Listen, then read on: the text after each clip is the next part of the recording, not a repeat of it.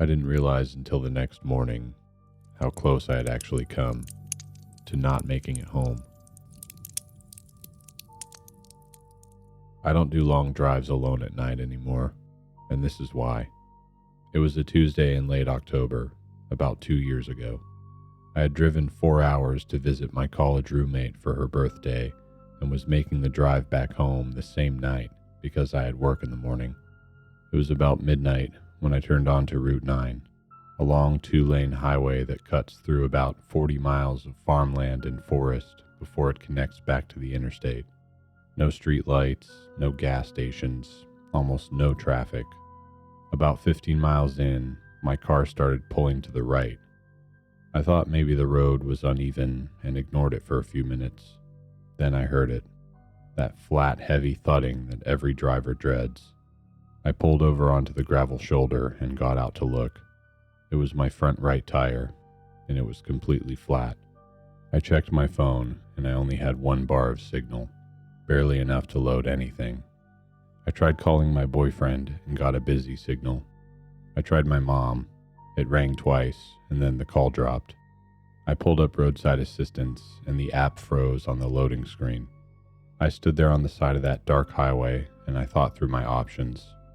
I had a spare in the trunk, and I knew how to change a tire, but I'd never done it alone at night on the side of the road. I decided to try. I had the jack set up and the lug nuts halfway off when I saw headlights coming down the road behind me. They slowed as they got closer and pulled off onto the shoulder about 30 feet back. It was an old, dirty-looking pickup truck, and a man got out. He was probably in his late 40s, heavy-set, wearing a canvas work jacket, and he walked toward me with his hands visible and called out before he reached me. "You need some help with that?" I hesitated. Every instinct in me said to be cautious, but I was alone on a dark road with a flat tire and no phone signal. I told him I thought I had it handled, but that I wouldn't mind an extra set of hands. He crouched down next to the tire and started helping without saying much. He seemed to know what he was doing. We worked in silence for a couple minutes, and then I started to relax a little bit. But then he said, "Melissa, right?" My stomach turned. I never told him my name.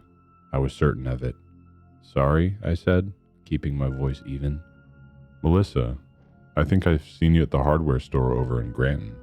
You work there, right?" "I don't work at a hardware store, and I had never been to Granton in my life. You must be thinking of someone else." He looked at me for just a second longer than felt normal.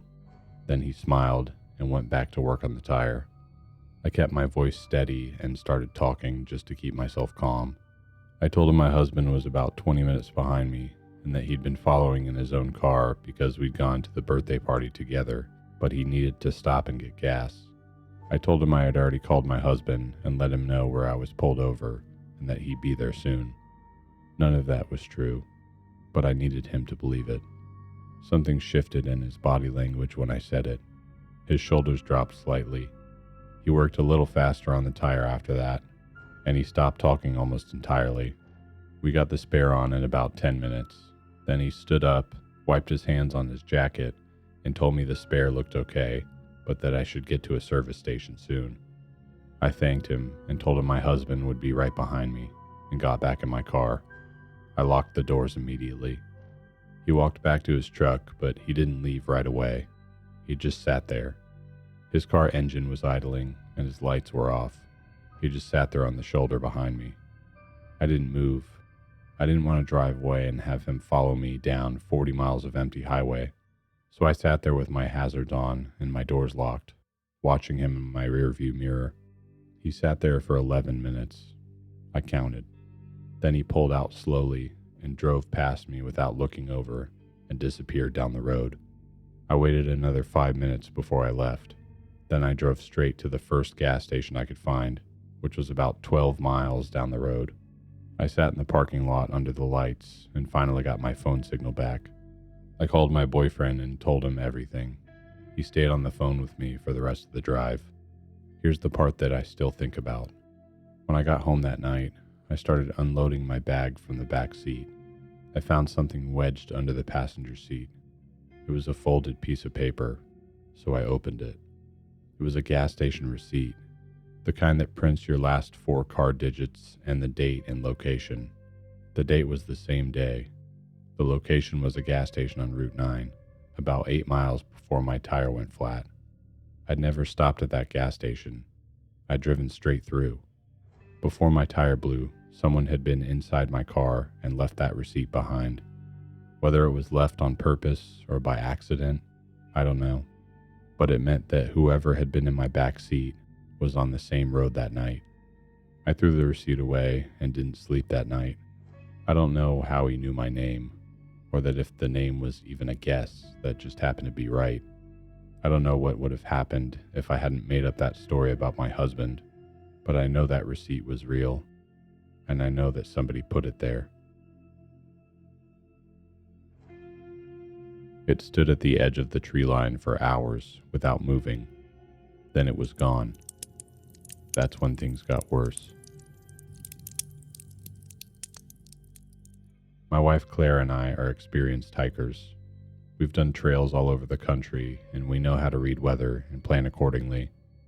That's the part that still bothers me the most about what happened. We did everything right. It found us anyway.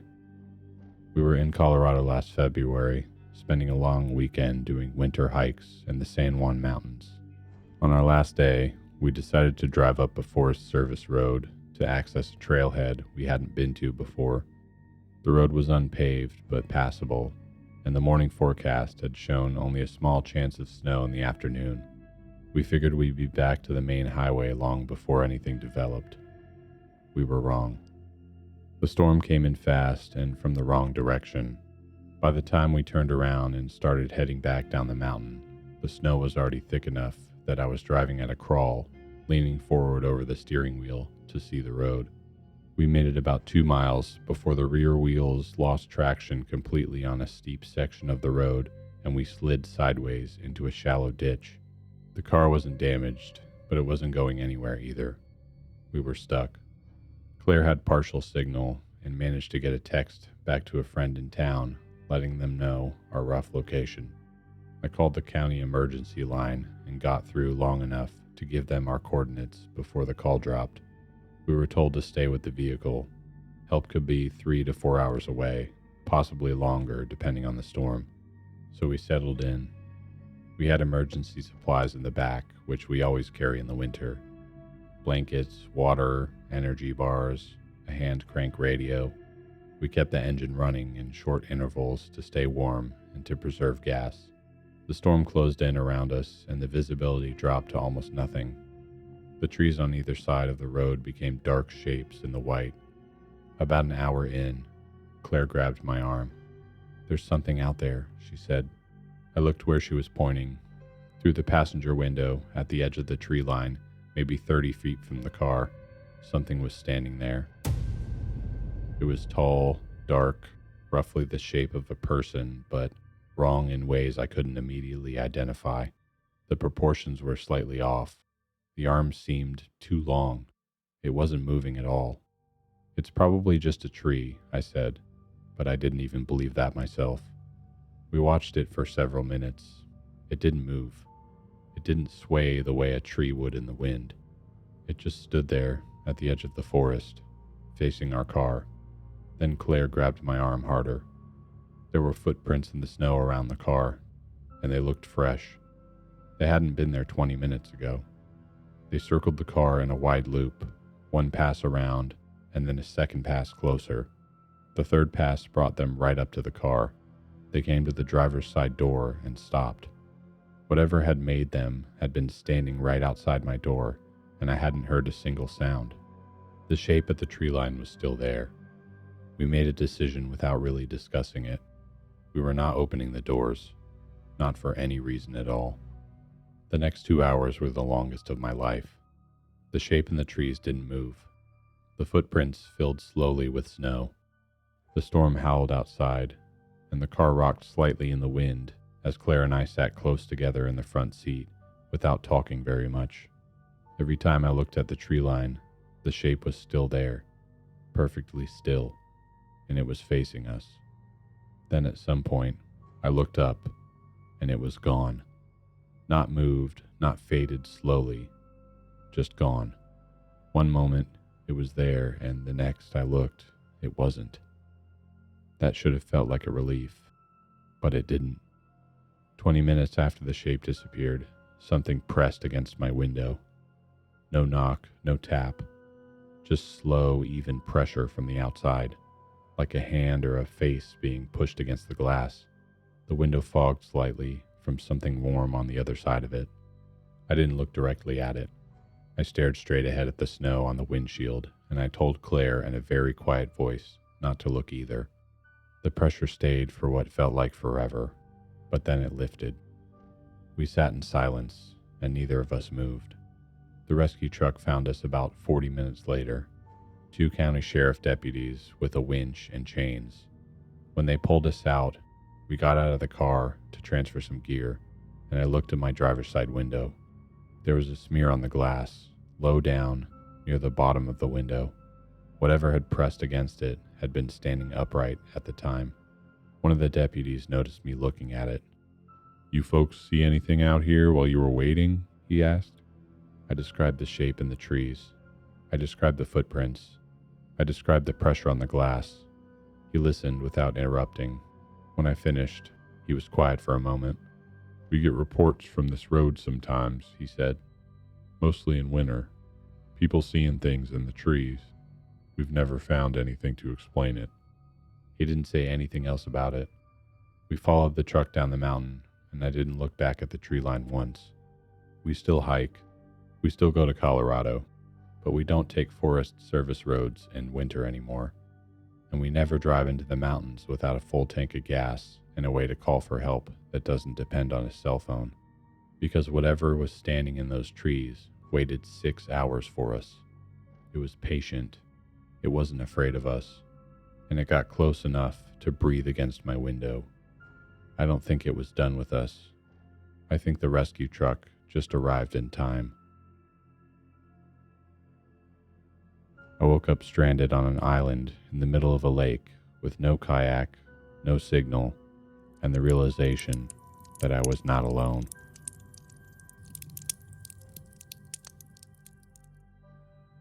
I've been kayaking since I was a teenager. I know the lake I was on better than my own neighborhood. I've paddled every inch of it over the years, and I know which coves flood in the spring and which inlets are too shallow to paddle in the summer. I know which areas of open water get rough when the wind picks up from the north. I knew that lake. That's the part that makes what happened so hard to explain. There's a small island near the center of the lake. It's not on most maps because it's too small to register. Just a raised piece of land, maybe 100 to 200 feet across. It's covered in pine trees with a narrow rocky beach on the south end. I'd camped on it twice before without any issues. No facilities, no other visitors, just a quiet spot in the middle of the water. Last August, I paddled out there on a Friday evening, planning to spend one night alone. I brought a small tent and enough food for 2 days in case I wanted to stay an extra night. I also brought a water filter and my phone, which had almost no signal out there, but worked fine as a camera and a clock. I set up my tent on the rocky beach, and I spent the evening fishing off the south end of the island. I ended up catching a couple of decent bass. Then I ate dinner and watched the sun go down over the water. It was exactly what I'd come for. I was asleep by 10. I woke up around 6 in the morning and noticed immediately that something felt different.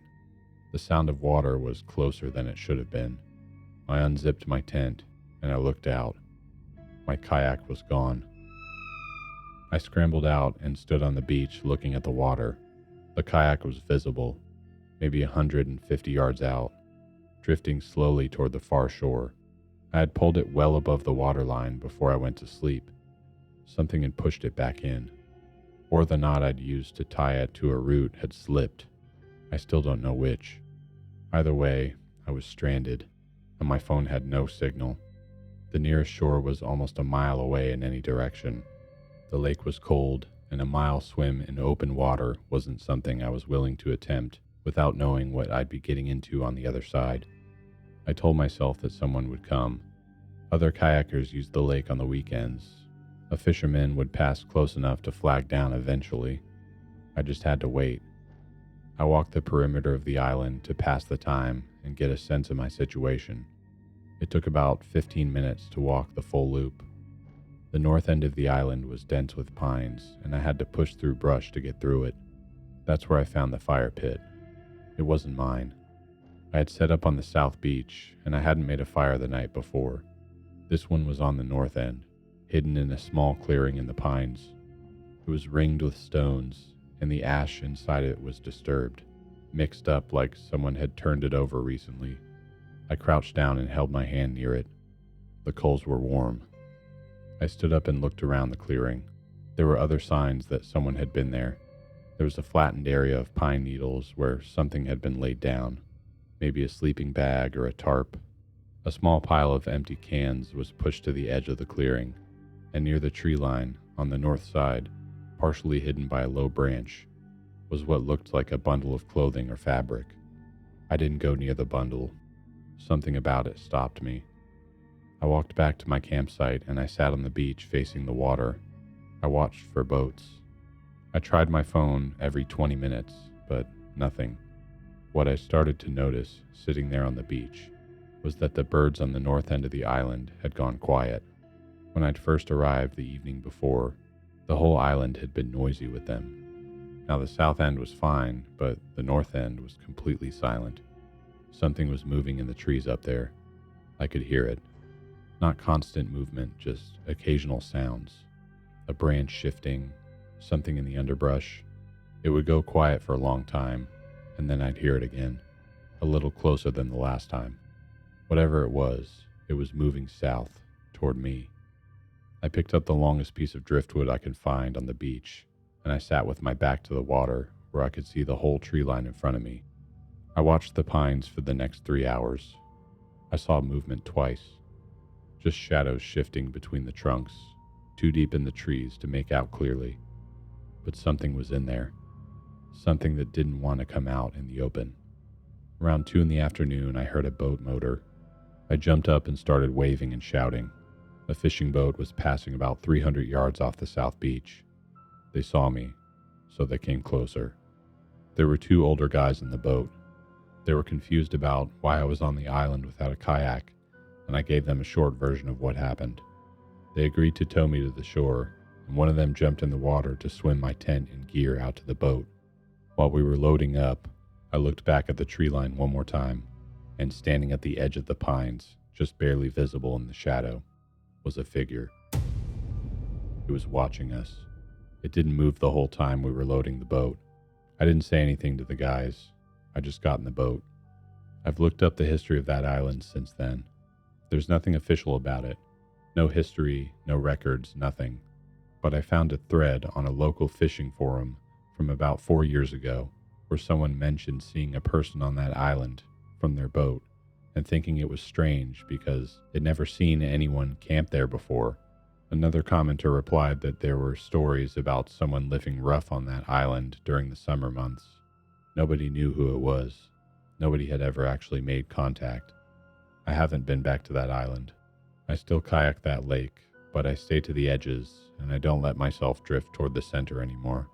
And I always tie off my kayak with 2 knots now, because I don't know if my knot slipped that night or if something untied it. I don't know if what was in those trees was just a person living rough off the land or something else entirely. What I do know is that it let me leave. It stood at the tree line and watched me go without doing anything, and I've spent a lot of time since then wondering whether that was because it couldn't or because it simply wasn't finished with me yet.